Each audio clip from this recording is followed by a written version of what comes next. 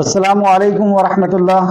ان الحمد للہ نحمده ونستعینه ونستغفره ونعوذ باللہ من شرور انفسنا ومن سیئات اعمالنا من يهده الله فلا مضل له ومن يضلل فلا هادي له واشهد ان لا اله الا الله واشهد ان محمدا عبده ورسوله رب اشرح لي صدري ويسر لي امری واحلل عقدۃ من لسانی یفقہوا قولی رب زدنی علما رب زدنی علما رب زدنی علما آمین یا رب العالمین۔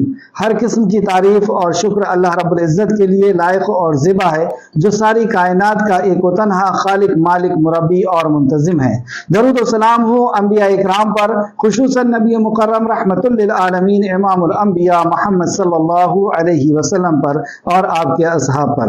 اللہم صلی علی محمد وعلی آل محمد کما صلیت علی ابراہیم وعلی آل ابراہیم انک حمید مجید۔ اللہم بارک علی محمد وعلی آل محمد کما بارکت علی ابراہیم وعلی آل ابراہیم انک حمید مجید۔ معزز سامعین اکرام، آج سورہ اعراف کی آیت نمبر 80 سے کلاس رہے گی۔ اللہ رب العزت سے دعا ہے کہ اللہ رب العزت ہمیں صحیح معنوں میں قرآن مقدس کو سمجھنے، اس پہ غور فکر کرنے، ایمان لانے اور عمل کے ساتھ لوگوں تک پہنچانے کی توفیق عطا فرمائے، آمین یا رب العالمین۔ لفظی ترجمہ نکال لیجئے، لفظی ترجمے پہ غور کریں گے۔ اعوذ باللہ من الشیطان الرجیم، اے اللہ ہم تیری پناہ میں آتے ہیں شیطان سے۔ اے اللہ تو ہمیں شیطان کے مکر و فریب سے بچا لے کہ وہ تیرے کلام سے، تیرے دین سے ہمیں روک دے۔ بسم اللہ الرحمن الرحیم، اللہ کے نام کے ساتھ جو بڑا مہربان اور بار بار رحم فرمانے والا ہے۔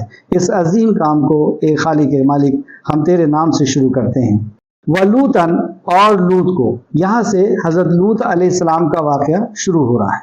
وَلُوطًا، اور لوط کو بھیجا، اذ جب، قالا اس نے کہا، تو لوط علیہ السلام نے اپنی قوم کو دعوت پیش کی، لِقَوْمِهِ اپنی قوم سے، اتاتونا کیا تم آتے ہو، بے حیائی کو، فاحش کو۔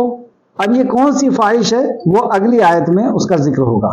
یہاں پہ یہ ذکر ہوا کہ تم فاحش کے لیے آتے ہو، ما نہیں، سبقکم سبقت کی تم پر، بہا ساتھ اس کے، من احد کسی ایک نے، من العالمین تمام جہان والوں، یعنی تم نے جو فاحش شروع کی ہے تم سے پہلے جہان میں یہ فاحش کسی نے نہیں کی، تم نے اس فاحش کو ایجاد کیا ہے۔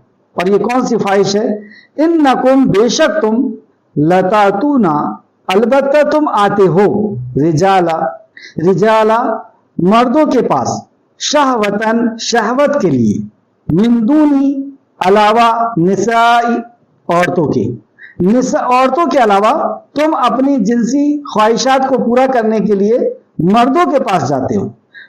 بلکہ انتم تم، قومن لوگ ہو، مسرفون حد سے گزر جانے والے، جس کام کے لیے حد سے گزر جانے والا تم عمل کرتے ہو۔ وما اور نہ، کانا تھا، جواب قوم ہی اس قوم کا، اس قوم کے پاس اس کے علاوہ اور کوئی جواب نہیں تھا، یعنی بدلے میں انہوں نے کیا جواب دیا نبی کو، الا مگر، ان یہ کہ، قالو انہوں نے کہا، اخرجوہم نکال دو انہیں، اخراج کرنا یعنی نکال دو انہیں، من قریتکم اپنے قریے سے، اپنے گاؤں سے، اپنی بستی سے انہیں نکال دو۔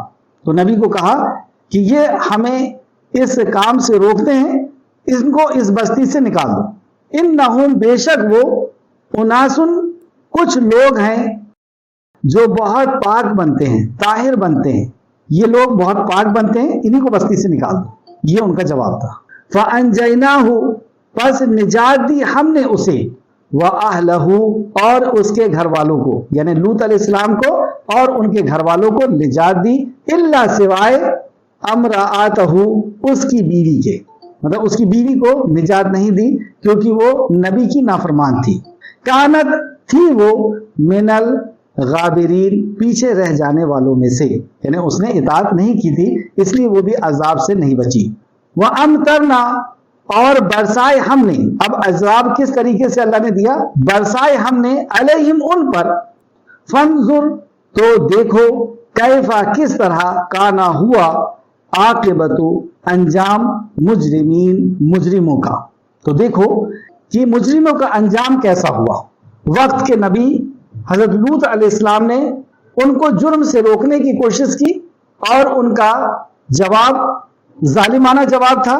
تو اللہ رب العزت نے ان کو کس طرح تہوبالا کیا، یہ ہمارے لیے ایک عبرت ہے. انبیاء کا واقعہ ہے. اس واقعے کو قرآن میں کم و بیش 9 مقام پر اس واقعے کا ذکر ہوا ہے.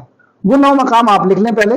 سورہ آراف آیت نمبر 80 سے 84، سورہ ہود آیت نمبر 69 سے 83 یعنی 69 سے 83، سورہ ہجر آیت نمبر 51 سے 77، 51 سے 77، سورہ اشورا آیت نمبر 160 سے 175، سورہ نمل آیت نمبر 54 54 سے 58، سورہ عنکبوت آیت نمبر 28 سے 35، سورہ صافات آیت نمبر 133 سے 138 تک، سورہ زاریات آیت نمبر 31 سے 37، سورہ قمر آیت نمبر 33 سے 40. کم و بیش ان مقامات پر ان کی شرکتی اللہ رب العزت نے بار بار یاد دلائی. یعنی تقریباً 9 بار قرآن میں اس جرم کا بیان اللہ رب العزت نے کیا کہ اس جرم کو انہوں نے شروع کیا اور یہ جرم ہے اور اس کی کتنی سخت سزا تھی. تو اس واقعے کو ہم 6 حصوں میں سمجھیں گے. پہلا، نام و نسب، حضرت لوط علیہ السلام کا نام و نسب. دوسرا، قوم کا جرم یعنی اس کا گناہ اور لوط علیہ السلام کی دعوت اور ان کی اصلاح. تیسرا، قوم کا جواب یعنی قوم نے کیا جواب دیا، کس طریقے سے دھمکی دی. تیسرا. چوتھا، حضرت لوط علیہ السلام کے مہمان اور قوم کا کردار، حضرت لوط علیہ السلام کے مہمان اور قوم کا کردار. چوتھا. پانچواں، قوم لوط پر عذاب یعنی عذاب کا نزول کس طریقے سے ہوا، کتنے قسم کے عذاب ان کے اوپر ایک ساتھ آئے، اس کو ہم دیکھیں گے. پانچواں. چھٹواں، اس واقعے سے ہمارے لیے کیا نصیحتیں ہیں، کیا عبرتیں اور نصیحتیں ہیں. تو پہلا، حضرت لوط علیہ السلام کا نام و نسب. حضرت لوط علیہ السلام حران کے بیٹے تھے اور حران کارہ یعنی آزر کے بیٹے تھے. چنانچہ حضرت لوط علیہ السلام حضرت ابراہیم علیہ السلام کے بھتیجے تھے، کیونکہ ابراہیم علیہ السلام حران اور ناہور آپس میں بھائی تھے. اس کو دوسرے انداز میں بھی سمجھ سکتے ہیں کہ ابراہیم علیہ السلام یہ 3 بھائی تھے. ابراہیم علیہ السلام، حران اور ناہور. ان تینوں کے والد کارہ تھے جن کا نام آزر بھی ہے، اور ابراہیم علیہ السلام کے جو بھائی ہیں حران، ان کے بیٹے تھے لوط. تو اس حساب سے یہ حضرت ابراہیم علیہ السلام کے بھتیجے ہوئے. اور جب ابراہیم علیہ السلام کو آگ کے حوالے کیا گیا تھا اور وہ معجزاتاً طور پہ وہاں سے نکل گئے تو حضرت لوط علیہ السلام نے ہی آپ کے ساتھ ہجرت کی تھی. دوسرا کہ قوم کا جرم اور گناہ، لوط علیہ السلام کی دعوت اور ان کی اصلاح جو ان آیتوں کے اندر بیان کی گئی. سورہ آراف آیت نمبر 80 سے. اور لوط کو بھیجا جب اس نے اپنی قوم سے کہا. لوط علیہ السلام نے اپنی قوم کو دعوت پیش کی. اور ایک چیز کہ ہر نبی نے سب سے پہلی دعوت توحید دی ہے. اس کا ذکر دوسرے مقام پہ ملتا ہے کہ ہم نے ہر بستی میں نبی کو بھیجا، ان اعبدوا اللہ، کہ اللہ کی عبادت کرو، واجتنبوا الطاغوت، اور طاغوت کا انکار کرو. تو ایک مشترکہ، ایک پرماننٹ دعوت توحید کی ہر نبی نے لے کر کے آئے. پھر اس دعوت کے بعد قوم کے اندر جس چیز کی برائی زیادہ ہوتی تھی اس برائی سے روکا جاتا تھا. تو لوط علیہ السلام کی قوم کے اندر جو برائی تھی اس برائی سے لوط علیہ السلام نے روکا، اور وہیں سے ذکر شروع ہو رہا ہے. اور لوط کو بھیجا جب اس نے اپنی قوم سے کہا، کیا تم ایسی بے حیائی کرتے ہو، ایسے فاحش کام کرتے ہو جو تم سے پہلے دنیا والوں میں سے کسی نے بھی نہیں کیا. یہ ایسی فاحش کام کرتے.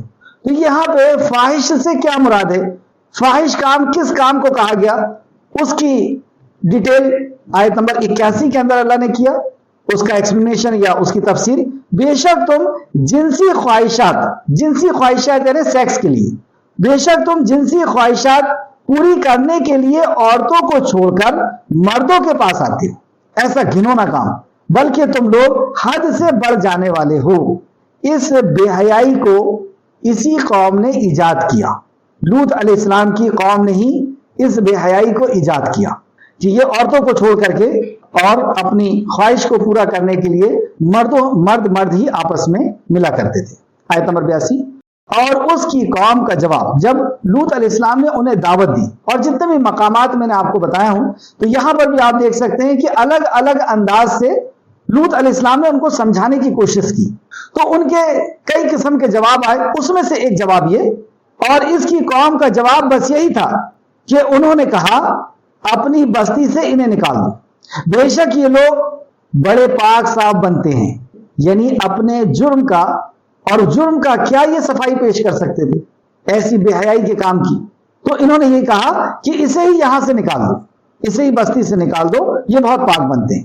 پھر ہم نے، اب جب ان کا ایسا جواب آیا تو اللہ رب نے فرمایا پھر ہم نے اسے اور اس کے گھر والوں کو نجات دی. یعنی ایک لمبا پیریڈ گزرا اور لوط علیہ السلام انہیں سمجھاتے رہے یہاں تک کہ حجت پوری ہو گئی.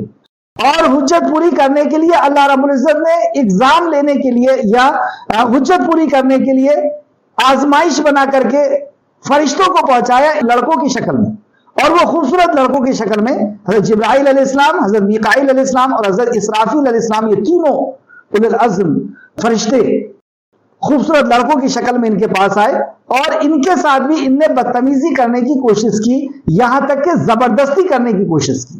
بہرحال اس کا ہم آگے دیکھیں گے. تو یہ سب چیزیں جب ہو گئی، حجت قائم ہو گئی، تو اللہ رب العزت نے پھر ہم نے اسے اور اس کے گھر والوں کو نجات دی. کس سے نجات دی؟ ایسی ظالم قوم سے بھی نجات دی اور اللہ کے عذاب سے بھی نجات دی، سوائے اس کی بیوی کے. یعنی اس کی بیوی کو عذاب سے نجات نہ مل سکی. کیوں؟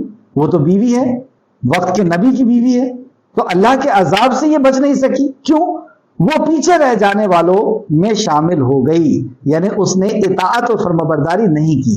تو نبی کی اطاعت اور فرمانبرداری نہ کرنے کی وجہ سے یہ بھی پیچھے رہنے والوں میں سے رہی، یعنی یہ قوم کے جرم کے ساتھ یہ شامل تھی.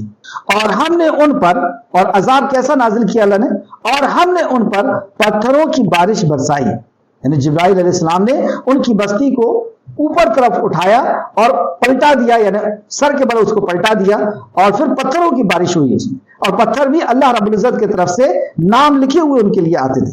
پھر وہ بارش برسائی. چنانچہ دیکھ لیجئے مجرموں کا انجام کیسا ہوا. دیکھ لیجئے کہ مجرموں کا انجام کیسا ہوا. آج بھی اس مقام کو دیکھا جا سکتا ہے. تو یہ دوسرا ہمارا پوائنٹ تھا کہ قوم کا جرم، گناہ کیا تھا ان کا، اور لوط علیہ السلام کی دعوت اور انہوں نے کیا جواب دیا. تیسرا، قوم کا جواب، کہ اس کے علاوہ بھی انہوں نے اور کیا جواب دیے. جب حضرت لوط علیہ السلام نے قوم کو یہ دعوت دی کہ وہ صرف اللہ کی عبادت کرے، اس کے ساتھ کسی کو شریک نہ کرے، اور انہیں بے حیائی کے کاموں سے منع فرمایا، تو انہوں نے جواب یہ دیا جو سورہ نمل آیت نمبر 56 میں بھی اللہ رب العزت نے ذکر کیا. آیت نمبر 56، لوط کے گھر والوں کو اپنے شہر سے نکال دو، یہ لوگ پاک رہنا چاہتے ہیں. یہاں پر بھی انہوں نے نمل میں بھی یہ جواب دیا. دوسرے مقام پر سورہ عنکبوت آیت نمبر 29 یہ کہتے ہیں اگر تم سچے ہو تو ہم پر اللہ کا عذاب لے آؤ. اگر تم سچے ہو تو ہم پر اللہ کا عذاب لے آؤ. اس طریقے سے یہ دھمکی دیتے ہیں الٹا. سورہ عنکبوت آیت نمبر 19. گویا حضرت لوط علیہ السلام انہیں جس عذاب سے ڈراتے تھے انہوں نے خود ہی اس کا مطالبہ کر ڈالا. اور یہاں سورہ اعراف میں بھی یہی ذکر آیت نمبر 82 کے اندر کہ انہیں بستی سے نکال دو، یہ بہت پاک باز بنتے ہیں. تو جب ان کے جرم کو ان سے روکنے کی کوشش کی گئی تو انہوں نے اس طرح کا جواب دیا. ان کا جرم جیسے کہ ہم نے یہاں پہ پڑھا صرف یہی جرم نہیں تھا کہ یہ شرک کر رہے تھے اور ہم جنس پرستی میں یہ مبتلا تھے، یعنی مرد سے شہوت کو پوری کرتے تھے. اس کے علاوہ بھی ان کے اندر بہت سے کرائم تھے، بہت سے جرم تھے. وہ راستے میں کھڑے رہتے تھے اور مسافروں کو لوٹ لیتے تھے، کیونکہ یہ ایک نیشنل ہائی وے، ایک ایسے راستے پہ تھے جو دو بڑے شہروں سے جو راستہ ملتا ہے، تو یہ راستے پہ کھڑے ہو کر کے لوگوں کو لوٹ لیا کرتے تھے، ان سے ہفتہ وصول کرتے تھے، دوستوں سے خیانت کرتے تھے. عام اجتماع کے مقام پر طرح طرح کی فاحش باتیں اور فاحش حرکت کرتے تھے. مطلب پبلکلی بھی یہ فاحش حرکت کرتے تھے. آپس میں ایک دوسرے کے ساتھ، بلکہ کچھ اوقات مجلس میں بھی لوگوں کے ساتھ مل کر کے بھی، اکیلے نہیں، اور بھی لوگوں کے ساتھ مل کر کے بھی یہ فاحش حرکت کیا کرتے تھے اور بدفعلی کیا کرتے تھے، اور بالکل حیا نہ رکھتے تھے، ان کے اندر کوئی شرم اور حیا نہیں تھی، ان پر نہ کسی نصیحت کا اثر ہوتا تھا، نہ کسی کے سمجھانے سے باز آتے تھے، کوئی نصیحت کا اثر نہیں، اور کسی کے سمجھانے سے یہ لوگ باز بھی نہیں آتے تھے۔ انہیں نہ موجودہ گناہ میں شرم آتی تھی، نہ سابقہ گناہ پہ یہ ندامت حاصل کرتے تھے کہ ہم نے پیچھے یہ گناہ کیا ہے، اور متکبر بھی بنتے تھے، تکبر بھی دکھاتے تھے اپنے اس گناہ پر، اور تکبر اس طرح کہ یہ نبی کو بھی کہتے ہیں کہ انہیں یہاں سے نکال دو، بہت پاک باز بنتے ہیں، اور اس طرح کا ان کا جو جواب تھا یہاں پہ ہم نے دیکھا۔ چوتھا ہمارا پوائنٹ ہے حضرت لوط علیہ السلام کے مہمان اور قوم کا کردار۔ لوط علیہ السلام کے پاس جو مہمان آئے، ہم سب جانتے ہیں کہ اللہ رب العزت نے فرشتوں کو پہنچایا تھا حجت قائم کرنے کے لیے، حجت پوری کرنے کے لیے، اور عذاب دینے کے لیے۔ لوط علیہ السلام کے پاس یہ دو وجہ سے گئے تھے، ایک تو حجت پوری ہو جائے اور ان کے اوپر عذاب لے آئے۔ تو لوط علیہ السلام کے مہمانوں کا کردار جو میں نے 9 مقامات آپ کو بتائے ہیں، وہاں پہ آپ کو الگ الگ مل جائے گا، چند ایک جگہ سے وقت کی قلت کی وجہ سے میں آپ کے سامنے رکھتا ہوں۔ جیسے سورہ عنکبوت آیت نمبر 31 سے 34 کے بیچ میں، اور جب ہمارے فرشتے ابراہیم کے پاس خوشخبری لے کر آئے، یعنی یہ فرشتے جب اترے تو پہلے ابراہیم علیہ السلام کے پاس گئے جو دوسرے علاقے میں رہتے تھے، اور انہیں بیٹے کی خوشخبری دی۔ وہ ایک لمبا واقعہ ہے، آپ اس تفسیر میں ان آیتوں میں دیکھیے گا۔ اور اس کے بعد ابراہیم علیہ السلام کہتے ہیں کہ تمہارا مقصد کیا ہے، اصل کیوں آئے ہو تم، یعنی صرف اس خبر کو دینے تو نہیں آئے، اور بھی کوئی مقصد ہے تمہارا؟ تو کہنے لگے کہ ہم اس بستی کے لوگوں کو ہلاک کر دینے والے ہیں، یعنی ہم یہ خوشخبری کے ساتھ ساتھ اس بستی کو ہلاک کرنے آئے ہیں، کیونکہ یہاں کے رہنے والے نافرمان ہیں۔ ابراہیم علیہ السلام نے کہا اس میں تو لوط بھی ہے۔ وہ کہنے لگے کہ جو لوگ یہاں رہتے ہیں ہمیں سب معلوم ہے، فرشتوں نے کہا ہمیں سب معلوم ہے کہ وہاں پہ لوط بھی ہیں، ہم ان کو اور ان کے گھر والوں کو بچا لیں گے، بجائے ان کی بیوی کے کہ وہ پیچھے رہنے والوں میں رہے گی۔ یہ بھی خبر دے دیے کہ اس کے تقدیر میں پیچھے رہنا ہی ہے، یعنی وہ نبی کی نافرمان ہے، اور اس جرم میں، نافرمانی کے جرم میں جو اور بھی جو نافرمانیاں یہ لوگ کرتے تھے اس میں یہ بھی شامل تھی، یعنی اس نے خود ایمان نہیں لائی تھی۔ ایمان کتنی قیمتی نعمت ہے، اللہ اکبر!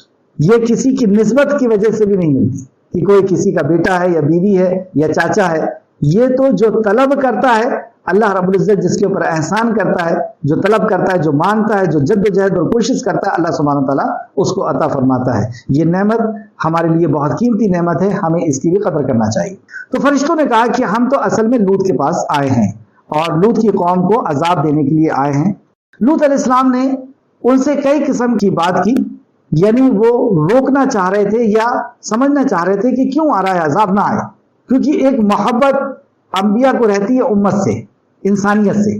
تو اس تعلق سے ایک حدیث دیکھتے ہیں، حضرت سعید بن زبیر، قتادہ اور محمد بن اسحاق رحمۃ اللہ علیہ کے بیان فرمایا ہے کہ حضرت ابراہیم علیہ السلام نے فرشتوں سے کہا اگر بستی میں 300 مومن ہو تو کیا آپ لوگ اسے تباہ کر دیں گے؟ تو فرشتوں نے کہا نہیں۔ آپ نے فرمایا اگر 200 مومن ہو تو؟ انہوں نے کہا نہیں۔ آپ نے فرمایا اگر بستی میں 40 ہو تو؟ آپ نے فرمایا نہیں۔ آپ نے فرمایا اگر 14 مومن ہو تو بھی انہوں نے فرمایا نہیں۔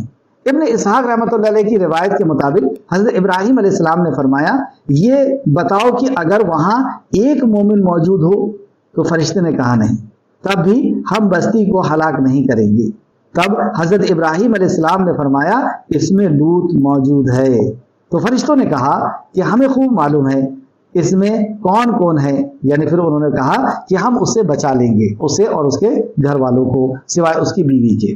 سورہ عنکبوت آیت نمبر 32 کی تفسیر میں، تفسیر ابن کثیر جلد نمبر 4 صفحہ نمبر 289 289، اور تفسیر سورہ ہود کی تفسیر میں بھی یہ واقع ملے گا کہ مہمانوں کا ذکر چل رہا ہے۔ تو سورہ ہود میں آیت نمبر 77 لوط علیہ السلام کے مہمانوں کا ذکر چل رہا ہے، سورہ ہود آیت نمبر 77، اور جب ہمارے فرشتے لوط کے پاس آئے، یعنی ابراہیم علیہ السلام سے بات ہو گئی، اور اب ابراہیم علیہ السلام سے نکل کر کے لوط علیہ السلام کی بستی میں آ رہے ہیں۔ جب یہ لوگ لوط علیہ السلام کی بستی میں آئے تو اس وقت لوط علیہ السلام اپنے کھیت میں تھے، اور یہ سیدھے وہیں پہنچے اور انسان کی شکل میں گئے، 3 نوجوان، خوبصورت 3 نوجوانوں کی شکل میں۔ تو انسان کی شکل میں ہونے کی وجہ سے حضرت لوط علیہ السلام نے انہیں پہچان نہ سکے کہ یہ فرشتے ہیں یا انسان ہیں۔ آیت میں ذکر ہوا سورہ ہود آیت نمبر 77، اور جب ہمارے فرشتے لوط کے پاس آئے تو وہ ان کے آنے سے غمناک اور تنگ دل ہوئی اور کہنے لگے کہ آج کا دن بڑی مشکل کا دن ہے۔ غمناک اور تنگ دل ہوئے کیوں؟ کیونکہ یہ مہمان آئے ہیں اور مجھے ان کی مہمان نوازی بھی کرنا ہے، ان کو اپنے گھر لے کر کے جانا ہے، اور ان نوجوانوں کو جب وہاں کے بدماش، متکبر لوگ، شرکس لوگ جب دیکھیں گے تو ان سے فاحش کی نیت سے ان کو پکڑنے کی، ان کو گھینچنے کی، ان کو لے کر کے جانے کی کوشش کریں۔ تو اس وجہ سے یہ غمناک بھی ہوئے اور تنگ دل بھی ہوئے، اب میں کیا کروں؟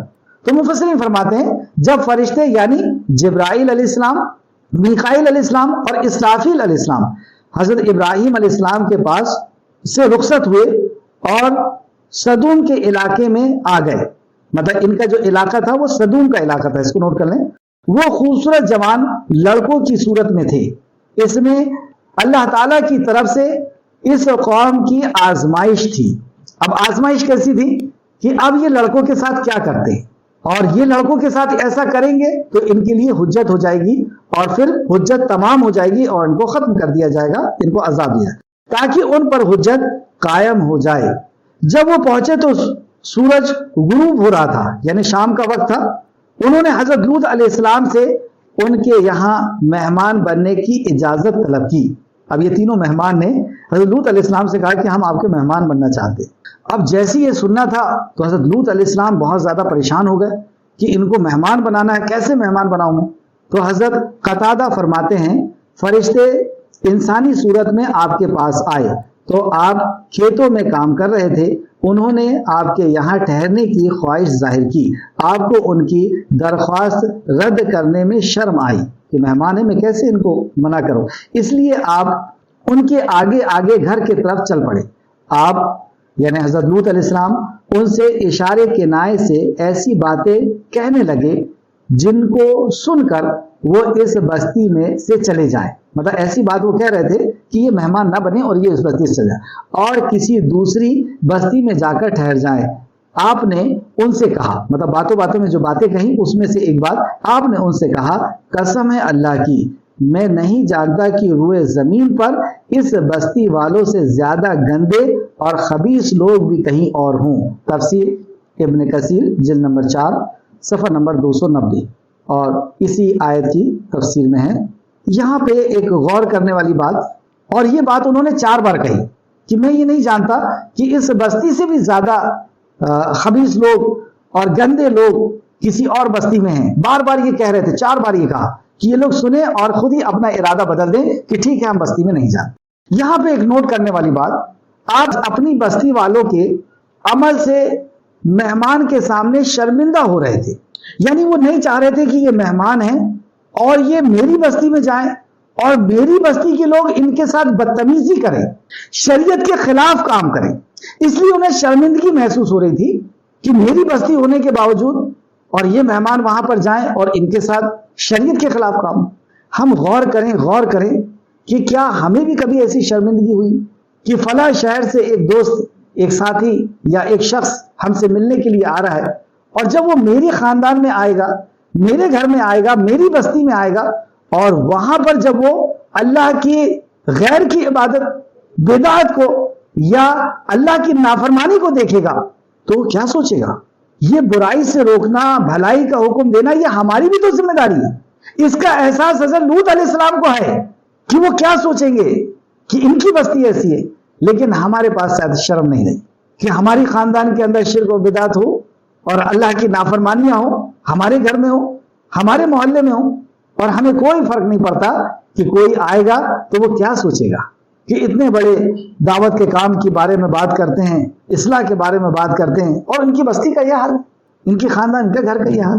تو یہ ایک نوٹ کرنے والی بات تھی جو میں نے آپ کے سامنے ڈالا.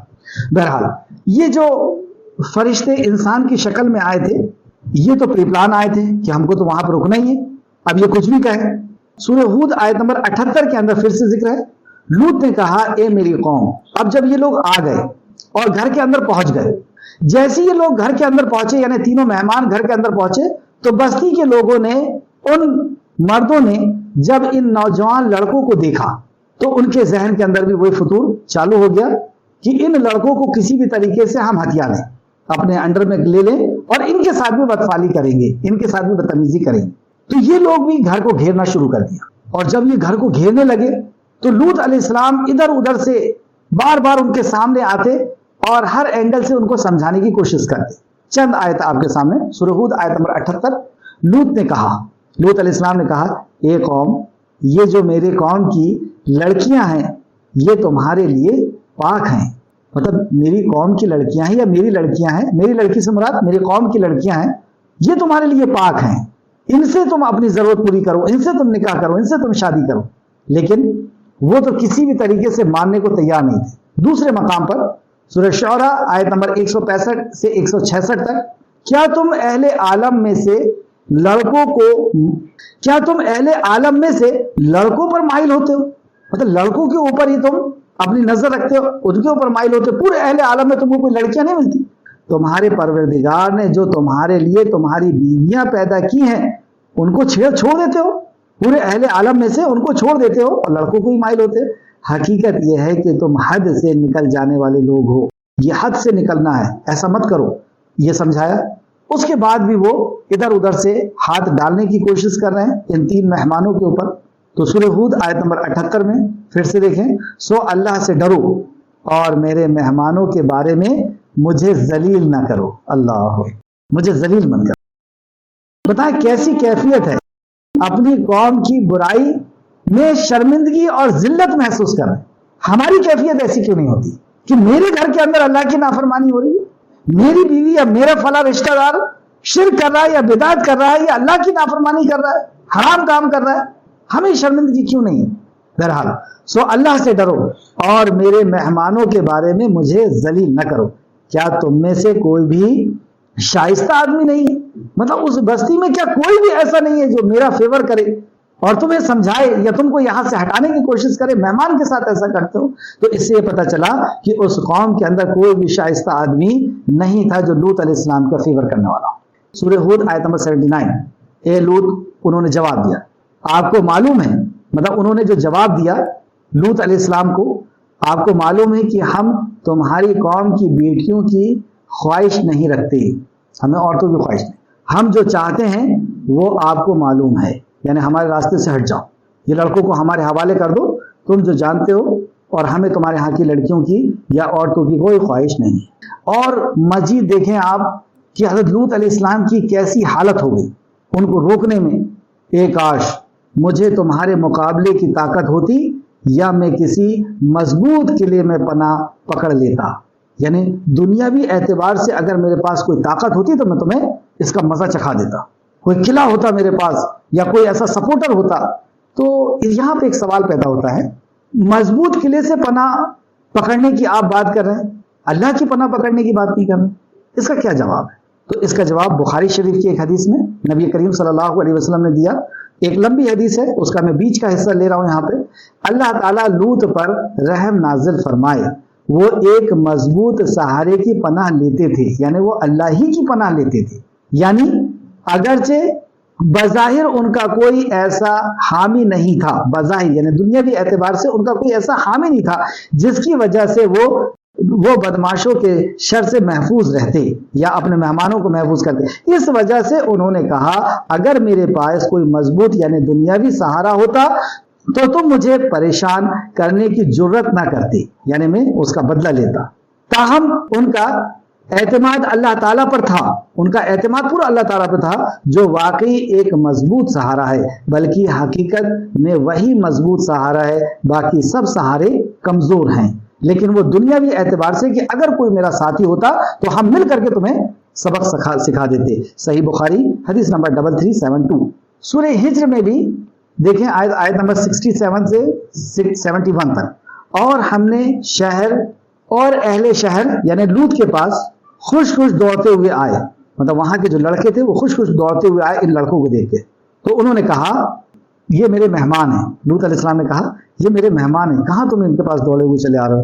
کہیں ان کے بارے میں مجھے رسوا نہ کرنا، مجھے رسوا نہ کرو، اور اللہ سے ڈرو، مجھے ذلیل نہ کرو۔ وہ بولے کیا ہم نے تم کو سارے جہان کی حمایت و طرفداری سے منع نہیں کیا؟ مطلب کیا ہم نے تم کو سمجھایا نہیں کہ تم زبردستی کسی کی طرفداری مت کیا کرو، اور یہ پاک دامن رہنے کی اور یہ لڑکوں کے پاس نہ جانے کی یہ سب تم جو ہے نصیحتیں ہمیں نہ کیا کرو، کیا ہم نے تم کو نہیں سمجھایا؟ اس طریقے کے وہ کہتے ہیں۔ پھر بھی لوط علیہ السلام کہتے ہیں کہ اگر تمہیں کرنا ہی ہے تو میری قوم کی بیٹیاں ہیں، تم ان سے نکاح کرو، تم ان سے شادی کرو۔ اور دوسرے مقام پر لوط علیہ السلام نے ان کو ہماری پکڑ سے ڈرایا تھا، سورہ قمر آیت نمبر 36 سے 38 تک۔ تو یہ صرف سمجھا ہی نہیں رہتے، پکڑ سے ڈرائے بھی تھا کہ دیکھو یہ جو تم عمل کر رہے ہو بہت سخت عذاب آ سکتا ہے، اور لوط نے ان کو ہماری پکڑ سے ڈرایا تھا، مگر انہوں نے ڈرنے میں شک کیا کہ عذاب صحیح میں آئے گا کہ نہیں آئے گا، شک کیا۔ ان سے ان کے مہمانوں کو لینا چاہا، ان سے ان کے مہمانوں کو لے لینا چاہا تو ہم نے ان کی آنکھیں مٹا دی۔ کیسے مٹا دی اس کی تفسیر ادھر دیکھتے ہیں۔ جب لوط علیہ السلام ان سے بہت زیادہ بیزار ہو گئے تو انہوں نے جملہ استعمال کیا تھا، جب صورتحال نازک ہو گئی، یعنی ہر طرف سے گدھ کی طرح نوچنے اور لینے لڑکوں کو شروع کرنے لگے، تو آپ نے فرمایا اے کاش مجھ میں تمہارے مقابلے کی طاقت ہوتی، یا میں کسی مضبوط قلعے پر پناہ پکڑتا۔ تب فرشتوں نے کہا، تب جبرائیل علیہ السلام نے کہا تھا اے لوط علیہ السلام ہم تمہارے پروردگار کے فرشتے ہیں۔ جیسے یہ سننا تھا کہ فرشتے ہیں، وہ بھی جبرائیل علیہ السلام، میکائیل، اسرافیل علیہ السلام جیسے زبردست فرشتے۔ پھر فرشتوں نے کہا یہ لوگ ہرگز تم تک نہیں پہنچ سکتے، یعنی یہ تمہیں کوئی نقصان نہیں پہنچا سکتے، اب ان کا وقت آ گیا۔ جبرائیل علیہ السلام باہر تشریف لے گئے، تفسیر جبرائیل علیہ السلام باہر تشریف لے گئے، اپنے پر کا ایک کنارہ ان کے چہرے پر مارا تو ان کی آنکھیں اندھی ہو گئی، اور دوسری تفسیر میں آتا ہے کہ ان کی آنکھیں ہی ختم ہو گئی۔ وہ دیواروں کو ٹٹولتے اور اس کے باوجود بھی اللہ کے نبی کو دھمکی دیتے ہوئے لوٹ رہے تھے، اور جاتے ہوئے کہہ رہے تھے جب صبح ہوگی تو تم سے نپٹ لیں گے۔ اللہ، تفسیر ابن کثیر جلد نمبر 7 صفحہ نمبر 445 445، اور تفسیر اور بھی دوسری تفسیر میں یہ بات۔ یہ ان کی جواب تھا جو ہم نے چوتھے پوائنٹ میں دیکھا، قوم کا جرم، گناہ اور لوط علیہ السلام کی دعوت اور ان کی اصلاح کی۔ چوتھا تھا حضرت لوط علیہ السلام کے مہمان اور قوم کا کردار۔ تو یہ تھا ان کا کردار، مہمان آ چکے یعنی جبرائیل اور میکائیل اور اسرافیل علیہ السلام آ چکے، اور ان کے ساتھ بھی انہوں نے بدتمیزی کرنے کی کوشش کی، اور جب لوط علیہ السلام نے انہیں کئی اینگل سے سمجھایا اور انہیں وعید بھی سنائی کہ اللہ کا عذاب آ جائے گا، اللہ کی پکڑ آ جائے گی، اس کے بعد بھی یہ کچھ سننے کو تیار نہیں تھے اور بھی الٹی سیدھی باتیں کر رہے تھے۔ اس کے بعد پانچواں عذاب کا نزول۔ اللہ، جب حضرت لوط علیہ السلام نے ہر طرح سے قوم کا اتمام حجت کر دی، یعنی ہر اینگل سے ان کو سمجھا دیا اور عذاب الہی پر متنبہ کر دیا، خبردار کر دیا، اور آپ کی نافرمان بیوی بھی اسی عذاب میں مبتلا ہوئی۔ دیکھیں سورہ قمر آیت نمبر 37 سے 38، اور انہوں نے ان سے ان کے مہمانوں کو لے لینا چاہا تو ہم نے اس کی آنکھیں مٹا دی، یعنی اللہ کے حکم سے جبرائیل السلام نے پر مارا اور اللہ رب العزت نے ان کی آنکھیں مٹا دی۔ سو اب میرے عذاب اور ڈرانے سے مزے چکھو، اور صبح سویرے ہی اٹل عذاب آ نازل ہوا، یعنی یہ ترنت میں جب شام کا وقت تھا تو جبرائیل السلام نے پر مارا اور اللہ رب العزت نے ان کی آنکھیں مٹا دی۔ یہ عذاب کی شروعات ہوئی، ابھی اصل عذاب صبح آئے گا کیونکہ اس کا وقت صبح ہے۔ تو یہ اندھے ہونے کے بعد بھی انہیں کچھ سمجھ میں نہیں آ رہا تھا، اور یہ بدتمیزی کرتے ہوئے وہاں سے لوٹ رہے تھے اور کہہ رہے تھے کہ صبح ہم تم کو دیکھتے ہیں اور تمہارے مہمانوں کو دیکھتے ہیں، اور ایسا ویسا کہتے ہوئے یہ جا رہے تھے۔ تو عذاب کی شروعات، پہلا عذاب انہیں اندھا کیا گیا۔ ان کے عذاب کے بعد دوسری جگہ سورہ ہود آیت نمبر 81 میں اللہ نے فرمایا ان کے عذاب کے وعدے کا وقت صبح ہے، اور کیا صبح قریب نہیں؟ اس آیت پر ہم اپنے آپ کو رکھ کر کے دیکھیں کہ اللہ رب العزت کا وعدہ سچا ہے اور کیا وہ قریب نہیں ہے؟ کیا ہمارے موت کا وقت بھی، کیا ہماری قبر کا وقت بھی، کیا اللہ سے حاضری کا وقت بھی کیا قریب نہیں ہے؟ کتنا وقت باقی ہے؟ اور جو وقت گزر چکا اس کو ذرا سامنے رکھ کر کے سوچیں کہ کتنا وقت باقی ہے۔ جو وقت گزر چکا وہ ایسا لگ رہا ہے کہ کوئی ایک خواب تھا جو بیت گیا۔ کچھ چیزیں یاد ہیں اور بہت سی چیزیں یاد ہیں۔ اللہ رب العزت ایسے جرم سے ہم سب کو محفوظ رکھے کہ اللہ رب العزت کے فرشتے آئیں اور یہ کہیں، کئی بار کہا کہ 3 دن کے بعد ان کے اوپر، جو پچھلی واقعہ ہم نے پڑھا کہ 3 دن کے بعد ان کے اوپر عذاب آنے والا ہے، یہاں پہ کیا کہا کہ صبح ہی ان کے اوپر عذاب آنے والا ہے۔ کیا صبح قریب نہیں؟ کر رہی ہے، اور ایک رات جتنی نافرمانی کر سکتے ہیں کر دیں، یعنی اتنی جو ڈھیل دی گئی ہے ایک رات کی ڈھیل اور دی جا رہی ہے، یعنی عذاب کا وقت مقرر ہوتا ہے، موت کا وقت مقرر ہوتا ہے اور اسی وقت وہ آئے گا۔ تو انہوں نے کہا کیا صبح قریب نہیں؟ جب لوط علیہ السلام روانہ ہوئے تو آپ کے ساتھ صرف آپ کی 2 بیٹیاں تھیں، یعنی فرشتوں نے یہ بتا دیا کہ ہم فرشتے ہیں اور صبح ان کے اوپر عذاب آنا ہے، اور لوط علیہ السلام سے کہا کہ آپ اپنے گھر والوں کو لے کر کے یہاں سے نکل جائیے۔ گھر والوں سے مراد، اہل بیت سے مراد آپ کے متبعین کو لے کر کے یہاں سے نکل جائیے۔ تو جب لوط علیہ السلام روانہ ہوئے تو آپ کے ساتھ صرف آپ کی 2 بیٹیاں تھیں، یہ 2 بیٹیاں تھیں جنہوں نے ایمان لایا تھا۔ قوم کا ایک شخص بھی آپ کے ساتھ نہیں تھا، ایک قول کے مطابق آپ کی بیوی بھی روانہ ہوئی۔ جب وہ لوگ شہر سے نکل گئے اور سورج طلوع ہوا تو اللہ تعالیٰ کا عذاب بھی آ گیا جسے ٹال دینا کسی کے بس کی بات نہیں تھی۔ ارشاد باری تعالیٰ، اللہ رب العزت نے فرمایا، یعنی بیوی بھی گئی تھی ساتھ میں، لیکن جب اس نے عذاب کو دیکھا، اور اللہ رب العزت نے پہلے کہہ دیا تھا کہ جب عذاب آئے گا تو پلٹ کے نہیں دیکھنا، یعنی جب مجرموں کے اوپر عذاب آتا ہے تو ان کے اوپر ترس کھانے کی ضرورت نہیں ہے۔ یہ یہاں پہ ایک میسج چھپا ہوا ہے۔ آیت کو دیکھیں، سورہ ہود آیت نمبر 82 سے 83۔ جب ہمارا حکم آیا اور ہم نے اس بستی کو الٹ کر نیچے اوپر کر دیا اور ان پر پتھروں کے تہ بتہ کنکر برسائے، پھر ان پر تمہارے پروردگار کے یہاں سے نشان کیے ہوئے تھے۔ 2 عذاب کا یہاں پر ذکر ہے۔ تو جب ہمارا حکم آیا تو ہم نے اس بستی کو اوپر اٹھوایا اور اوپر سے اس کو نیچے پلٹ دیا۔ دوسرا عذاب، پہلا عذاب میں نے بتایا تھا کہ ان کی آنکھیں اندھی کی گئی تھی، دوسرا یہ کہ بستی کو جبرائیل السلام نے اوپر اٹھایا اور اس کو پلٹا دیا، اور تیسرا عذاب، اور ان پر پتھروں کی سنگریزے برسائے گئے اور ان پتھروں پر نام اللہ رب العزت کی طرف سے لکھے ہوئے آئے تھے کہ کون سا پتھر کس کو ہلاک کرنے والا ہے، کس کو تباہ کرنے والا ہے۔ یعنی بتانے کا مقصد یہ کہ ایک عذاب بھی کافی تھا، ایک چیخ آ جاتی اور ان کی زندگی کا چراغ گل ہو جاتا۔ یہ عذاب پر عذاب، یہ اس بات کی علامت ہے کہ اللہ کی ناراضگی کس طرح ہے، کہ ایسا ناراض ہوا اللہ رب العزت۔ کس کا حق مارے تھے انہوں نے عورتوں کا حق مارے تھے، اور اس کے کیا کیا نقصانات ہیں اس کو ہم آگے اور دیکھیں گے۔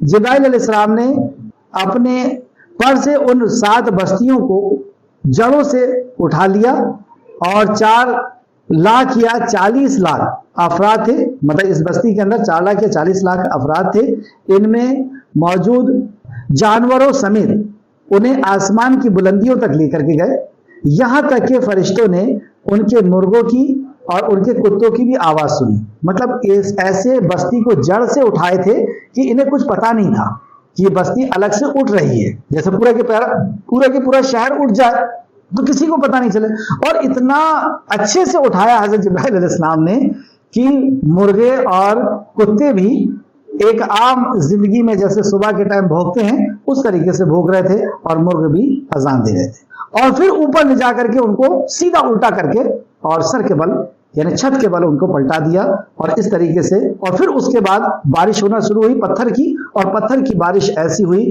کہ ان کے جسم کو اس نے چھید کر کے اور ختم کر دیا۔ یہ سخت عذاب اس قوم کے اوپر آیا۔ آخری حصہ ہماری کلاس کا، اس واقعے سے ہمارے لیے کیا عبرتیں اور نصیحتیں ہیں؟ اس واقعے سے ہمارے لیے عبرتیں اور نصیحت، اس جرم کے کرنے والوں کو ڈرنا چاہیے، اور یہ جرم اب ہمارے اس معاشرے کے اندر عام ہو گیا ہے۔ یہیں اسی اندور کی بات ہے، میں نے نیوز پیپر کے اندر دیکھا کہ 2 بڑے گھرانے کے لڑکے اور باقاعدہ ان کا انگیجمنٹ ہو رہی ہے، اور ایک لڑکا دوسرے لڑکے کو انگوٹھی پہنا رہا ہے، رنگ پہنا رہا ہے، اور سب لوگ مل کر کے اس کو انجوائے کر رہے ہیں، اور ایک جیسا تہوار یا ایک خوشی منائی جاتی ہے لڑکا لڑکی کے نکاح میں، اس طریقے سے خوشی منائی جا رہی ہے۔ اور بعض ملکوں کے اندر اس کو پاس کر دیا گیا قانون کے اندر کہ مرد سے شادی کر سکتا ہے، اس کے ساتھ رہ سکتا ہے۔ تو اس جرم کرنے والے کو ڈرنا چاہیے کہ اللہ رب العزت کا کتنا سخت عذاب اس قوم کے۔ اللہ تعالیٰ نے اس بستی کی جگہ، اور صرف انہی کے اوپر عذاب نہیں، اس بستی کو اللہ رب العزت نے عبرت بنا دیا۔ ایسا نہیں کہ صرف انہی کے اوپر عذاب آیا کہ ان کے گھروں کو الٹا دیا گیا اور ان کو تہس نہس کر دیا گیا اور ان کے اوپر پتھروں کی بارش کر کے ان کو صفائے ہستی سے مٹا دیا گیا۔ صرف اتنا ہی نہیں، اللہ رب العزت کا غصہ اس قدر بھی آیا ان کے اوپر کہ اس جگہ کو بھی اللہ رب العزت نے تباہ کر دیا، اس جگہ کو بھی اللہ رب العزت نے ڈیڈ کر دیا کہ وہ کسی کام کی نہیں۔ فرمایا اللہ تعالیٰ نے اس بستی کی جگہ ایک بدبودار جھیل بنا دی جس کا پانی اور اس کی ارد گرد کی زمین سے کوئی فائدہ نہیں اٹھایا جا سکتا، ابھی بھی ایسی پڑی، کیونکہ وہ زمین انتہائی نکمے اور بیکار قسم کے لوگوں کے سے آباد تھی، اور اللہ کے ایسے نافرمانوں سے آباد تھی۔ اللہ رب العزت نے اس بستی کو بھی ایک عبرت کا نشان بنا دیا۔ تو پہلی نصیحت تو ہم کو یہ ملی کہ ایسے جرم سے ہمیں بچنا چاہیے اور دوسروں کو بھی ایسے جرموں سے بچانے کی کوشش کرنا چاہیے، اور اگر ہم نے بچانے کی کوشش نہیں کی، یہ جرم ہو اور یا دوسرے جرم ہو، یہ بھی حرام ہے، دوسرے بھی جرم ہیں، اگر ہم نے بچانے کی کوشش نہیں کیے تو بخاری شریف کی وہ حدیث ہمیں یاد رہنا چاہیے کہ پانی کے اندر ناؤ میں لوگ بیٹھے ہوئے تھے اور اوپر والے ناؤ نیچے والے جب اس میں سوراخ کرنے لگے تو اوپر والے بھی ڈوب گئے اور نیچے والے، یعنی سوراخ کرنے والے، جرم کرنے والے تو نیچے تھے، اوپر والے تو جرم کرنے والے نہیں تھے، لیکن اوپر والوں نے ان کو منع نہیں کیا۔ وہ پانی لینے کے لیے اوپر چڑھا کرتے تھے تو اوپر والوں کو ڈسٹرب ہوتا تھا، یہ پانی لینے کے لیے آتے ہیں اوپر، تو انہوں نے دیکھا کہ اوپر والے ڈسٹرب ہو رہے ہیں اور ہمیں بھی اوپر جانا پڑتا ہے، تو انہوں نے سوراخ نیچے ہی کر دیا ناؤ کے۔ اب جب ناؤ میں پانی بھرنے لگا تو وہاں سے اس استعمال بھی کرنے لگے، لیکن وہ جو پانی بھر رہا تھا وہ کبھی نہ کبھی تو ہلاک کرے گا، وہ ڈبائے گا، لیکن اوپر والے بڑے سکون سے بیٹھے ہوئے تھے کہ ہم تھوڑی کر رہے ہیں، یعنی ان کو بھی یقین نہیں ہے اس بات کا۔ یعنی اگر قوم جرم کر رہی ہے اور ہمیں آخرت پر یقین نہیں ہے تو ہی ہم بیٹھے رہیں گے۔ آپ خود سوچیں کہ ہم ناؤ میں بیٹھے ہوئے ہیں اوپر کے حصے میں اور نیچے والے گڈھا کر رہے ہیں، ہم اس کو روکنے کی کس انداز میں کوشش کریں گے؟ اپنی جان کی بازی لگا دیں گے، ان کو ہاتھ سے ہٹانے کی کوشش کریں گے، منہ سے ان کو ہٹانے کی کوشش کریں گے، اور ہر ممکن کوشش کر کے اس گڈھے کو بند کرنے کی کوشش کریں گے، ان کے اس کرائم کو روکنے کی کوشش کریں گے، کیونکہ ہمیں یقین ہے کہ وہ ناؤ ہمیں ڈبا کر کے ختم کر دی۔ کیا ہمیں اللہ کی بات پر، نبی کی بات پر یقین نہیں کہ جب قوم جرم کرے گی اور ہم اس کو نہیں روکیں گے؟ رسول مکرم صلی اللہ علیہ وسلم کی حدیث، بخاری شریف کی حدیث، وہ اوپر والے اطمینان اور سکون سے بیٹھے ہوئے ہیں، جب ناؤ ڈوبے گی تو نیچے والے بھی جائیں گے اور اوپر والے بھی جائیں گے، دونوں ڈوبیں گے۔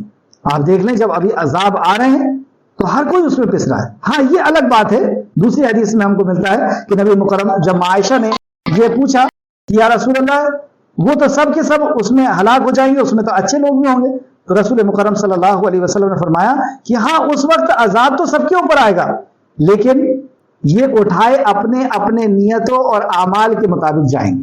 ترنت میں تو عذاب کے اندر ملوث ہو سکتے ہیں، یا اللہ چاہے گا تو ہمیں بچا بھی سکتا ہے اور چاہے گا تو ملوث بھی کر سکتا ہے۔ لیکن ایک دوسری حدیث جس میں نبی کریم صلی اللہ علیہ وسلم نے اپنے عظیم صحابہ کو خطاب کرتے ہوئے فرمایا کہ خبردار، تأمرون بالمعروف وتنہون عن المنکر کرتے رہنا، ورنہ اللہ کا عذاب تم پر آ جائے گا اور تمہارے نیک لوگ دعا کریں گے اور دعا قبول نہیں ہوگی۔ تو ہم اپنے اعمال کی بنیاد پہ بچ نہیں سکتے، ہمیں اس پیغام کو لوگوں تک پہنچانا ہوگا۔ ہر قسم کے جرم، یہ تو ایک جرم ہے، اس سے بڑا جرم شرک ہے، اس سے کئی گنا بڑا جرم شرک ہے اور بدعت ہے، دین کے اندر نئی چیز کو ایجاد کرنا، اور بھی برائیاں، والدین کی نافرمانی ہے، اور اس طریقے سے بیاج کا کاروبار ہے، اور بھی دوسرے جو کرائم ہیں۔ یہ جو جرم ہو رہے ہیں، اس جرم کا جب عذاب آئے گا اللہ رب العزت کی طرف سے تو بچ نہیں سکتے، الا یہ کہ ہم بھی اس کام کو کریں۔ تو پہلی نصیحت ہم کو یہ ملی کہ ہمیں خود اس سے بچنا ہے، دوسروں کو بچانا ہے، اور اس عذاب سے ڈرنا ہے کہ اگر یہ جرم ہماری بستی کے اندر ہوتا رہا تو اللہ کا عذاب آ جائے گا۔ دوسرا، اس مجرم کا، اس جرم کے کرنے والوں کی دنیا کس طرح تباہ ہوتی ہے۔ نمبر ایک، ہم جنس پرستی، یعنی مردوں کا مردوں سے سیکس کرنا، ہم جنس پرستی قانونی حیثیت جن جن دیشوں کے اندر بنائی گئی ہے ان دیشوں کے حال آپ سرچ کر کے دیکھ لیجیے. ان میں نظام اخلاقیات کا کیا حال ہے. خاندانوں کے اندر بھائی جب نکاح ہوتا ہے کسی کا دوسرے سے تو دو خاندانوں کے اندر محبت پیدا ہوتی, ان کے اندر دوستی اور رشتہ داریاں پیدا ہوتی. ان کے اندر یہ چیز ختم ہو گئی. ان کے اندر کسی بھی قسم کے کوئی معاملات کا کوئی پاس و لحاظ نہیں رہا. ان ممالک کے خاندانی نظام حیات ختم ہو گیا, مطلب خاندانی سسٹم ختم ہو گیا, اور ان میں انسانی نسل کشی جس کو کہنا چاہیے, عوام کا بڑھنا وہ ختم ہو گیا. کیونکہ جب مرد مرد کے ساتھ نکاح کر رہا ہے تو اولاد کہاں سے ہوگی. اور یہ قوم یا یہ دیش اب اس حالت میں پہنچ گئے کہ ان کے اندر جو ہے وہ مردوں کی کمی ہونا شروع ہو گئی یا انسانوں کی کمی ہونا شروع ہو گئی. یہ کوئی کم بڑا نقصان ہے. انسانی تو ہیں جو ملک کی ترقی کے لیے کام کرتے ہیں, اور کون کام کرنے والا ہے. ان کی صحبت پرستی کی وجہ سے بچے جو ہے وہ پیدا نہیں ہو رہے ہیں, اور بھی اس سے اور برائیاں ہوئی. اس کے ساتھ ساتھ ان کے اندر کئی قسم کی بیماریاں پیدا ہو گئی. آپ اس کو سرچ کر سکتے ہیں, کئی قسم کی بیماریاں پیدا ہو گئی. یہ ہے جو فطرت ہے اس کو چھیڑنے کا نتیجہ. اسلام میں اس جرم کا انجام کیا ہے, اس جرم کا سزا کیا ہے, اس کے تعلق سے ایک حدیث سماعت فرمایا. رسول اللہ صلی اللہ علیہ وسلم نے فرمایا, تم جس شخص کو قوم لوط والا عمل کرتے ہوئے دیکھو تو فاعل اور مفعول یعنی کرنے والا اور دوسرے کو دونوں کو قتل کر دو. سنن ابی داؤد حدیث نمبر 4462 اور ترمذی شریف حدیث نمبر 1456. اس سے بھی اندازہ لگتا ہے کہ یہ جرم کتنا خطرناک ہے کہ یہ ان دونوں کو اب دنیا میں جینے کا حق نہیں ہے. انہیں پتھر سے مار کر کے یا اونچائی سے گرا کر کے ان کو کسی بھی طریقے سے ان کو ہلاک کر, یہ شادی شدہ ہو یا غیر شادی شدہ, اس کو رجم کر دینا ہے, اس کو ختم کر دینا ہے. کیوں؟ تاکہ ایسی عبرت ملے کہ دوبارہ اس برائی کو دنیا میں نہ کیا جائے اور یہ حق نہ مارا جائے مرد کا نہ عورت کا. اس سے ایک عبرت اور نصیحت یہ بھی ملتی ہے کہ مہمانوں کا اکرام اور دفاع. اس واقعے سے ایک چیز سبق یہ بھی ملا کہ حضرت لوط علیہ السلام نے اپنے مہمانوں کی کس قدر خیرخواہی کی, ان کو بچانے کی ہر ممکن کوشش کی. یعنی جو مہمان آئے ہیں ہمارے ہاں, ہم ان کی سہولیت کا, ان کی فیسلٹیز کا, ان کی ضرورتوں کا ہمیں خیال رکھنا چاہیے کہ انہیں کوئی تکلیف نہ پہنچے. یہ نہیں کہ ایسے کمرے میں ان کو لٹا دیا کہ جہاں خوب مچھر کاٹ رہے ہیں اور نہ ان کے کھانے کو پوچھ رہے ہیں نہ کچھ کر رہے ہیں. تو اس سے ہمیں یہ بھی عبرت ملی کہ یہ اخلاق سکھایا اسلام نے نبی کے ذریعے سے کہ ہم اپنے مہمان کی کس طریقے سے خاطر تواضع کرنا چاہیے. خود آیت نمبر 80 کے اندر اللہ نے فرمایا, کاش کہ مجھے تم سے مقابلہ کرنے کی قوت ہوتی یا میں کسی زبردست آسرا پکڑتا یا کسی قلعے کو پکڑتا, یعنی میں اپنے مہمان کی سہولیت کے لیے تم سے لڑ لیتا. یہ ہے مہمان نوازی. اس وقت تک انہیں پتہ نہیں تھا کہ یہ فرشتے ہیں. تو یہ مہمان نوازی کا جذبہ یہ بھی ہم کو اس سے سیکھنے کو ملا. ایک حدیث دیکھتے ہیں مہمان نوازی کے تعلق سے. جو شخص اللہ اور قیامت پر یقین و ایمان رکھتا ہے, جو شخص اللہ اور قیامت پر یقین و ایمان رکھتا ہے وہ مہمان کی عزت کرے, وہ مہمان کی عزت کرے. بخاری شریف حدیث نمبر 6136. ایک اور سبق اس واقعے سے ملا کہ اگر ہمارے اعمال اچھے نہیں ہیں, ہم نبی کے نافرمان ہیں, تو ہماری نسبت کسی کام نہیں آئی کہ میری نسبت فلاں استاد سے ہے, میری نسبت فلاں جماعت سے ہے, وہ جماعت بڑی اچھی ہے, میری نسبت فلاں نبی سے ہے. نبی سے کیا, نبی کی بیوی ہے اور لوط علیہ السلام اسے عذاب سے نہیں بچا سکے. تو اگر نبی کی نافرمانی, کیونکہ نبی کی نافرمانی اصل میں اللہ کی نافرمانی, وہ اللہ کے حکم سے کوئی حکم پیش کرتے ہیں. تو اس عورت نے وقت کے نبی کی بیوی ہے لوط علیہ السلام کی, اور اللہ رب العزت نے لوط علیہ السلام کی اور ان کی 2 بیٹیوں کی, کیونکہ انہوں نے ایمان لائی تھی, ان کو تو بچا لیا. لیکن یہ عورت کی اتنی قریبی نسبت کہ وقت کے نبی کی بیوی ہے لیکن اللہ کے عذاب سے نہیں بچ سکی. تو اس سے یہ بھی عبرت ملی کہ ہمیں اپنے عمل پر نظر رکھنا ہے, نہ کہ خواہشات میں, کہ ہم خواہش اور آرزویں اور تمنائیں, کیا تمنائیں ہیں اور آرزویں ہیں, یا خواہش ہے یا بدعقیدگی ہے کہ ہمارا تعلق تو رسول اللہ صلی اللہ علیہ وسلم سے, اور ہم بچا لیے جائیں گے یا ہماری فلاں جماعت سے تعلق ہے۔ ایک نصیحت یہ بھی ملی کہ اپنے شہر میں، اپنے قریے میں، اپنے گاؤں میں برائی کو دیکھ کر کے کسی مہمان کے سامنے شرمندہ ہوئے کہ میرے رہتے ہوئے میرے اس قوم کے اندر اب کوئی نبی اور رسول نہیں آئیں گے، تو ہمارے یہ قوم کے اندر اگر کوئی برائی ہو رہی ہے تو ہمیں بھی شرمندگی آنا چاہیے۔ اور یہ کب آئے گی؟ جب ہمیں احساس ہوگا کہ ہم مکلف ہیں، ہمیں اللہ رب العزت نے مکلف بنایا ہے، یہ کہہ کر کے کنتم خیر امت اخرجت للناس تأمرون بالمعروف وتنہون عن المنکر وتؤمنون باللہ، کہ تم بہترین امت ہو، تم لوگوں کے لیے پیدا کیے گئے، تمہارے زندگی کا مقصد لوگوں کے لیے پیدا کیے گئے، اور کیوں؟ ان کو برائی سے روکو اور ان کو بھلائی کی دعوت دو۔ تو یہ احساس ہوگا تب ہمیں شرمندگی محسوس ہوگی کہ میری خاندان میں، میرے گھر کے اندر یا میرے محلے کے اندر، میرے شہر کے اندر یہ برائی ہے، اور ہمارا کیا حال ہے؟ اکثر و بیشتر ہم دیکھیں کہ ہم برائی کو دیکھ کر کے ہنستے ہیں کہ ہاں ہمارے شہر میں تو یہ ہوتا ہے، ہمارے گاؤں میں یا ہمارے گھر میں تو یہ ہوتا ہے، یعنی ہمیں اتنی بھی غیرت نہیں باقی رہی۔ آخر میں اللہ رب العزت سے دعا ہے کہ اے خالق مالک، جو کچھ بھی ہم نے پڑھا اس میں ہمیں مزید غور و فکر کرنے کی تو توفیق دے۔ اے خالق، جب تک ہمیں زندہ رکھ، اپنے کلام اور نبی مکرم فرمان پہ کی اطاعت و فرمانبرداری کرتے ہوئے ہمیں زندہ رکھ۔ اے اللہ، بھلائی کا حکم دینے اور برائی سے روکنے کی ہمیں توفیق عطا فرما۔ جب تک ہمیں زندہ رکھ، ایمان، اخلاص اور عمل صالح کے ساتھ ہمیں زندہ رکھ۔ ہمارا خاتمہ بالخیر فرما اور نیکوکاروں کے ساتھ ہمارا شمار فرما دے۔ آمین یا رب العالمین۔ السلام علیکم ورحمۃ اللہ وبرکاتہ۔